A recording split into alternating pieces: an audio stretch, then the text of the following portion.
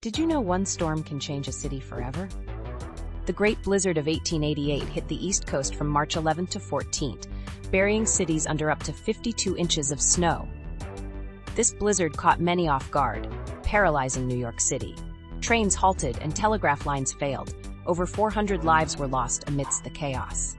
One eyewitness said, "The wind howled like a demon."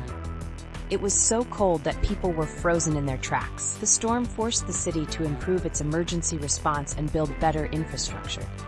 This disaster reshaped how cities prepare for winter storms today. The Great Blizzard reminds us how nature's fury can disrupt lives and prompt change. Are we ready for the next big storm?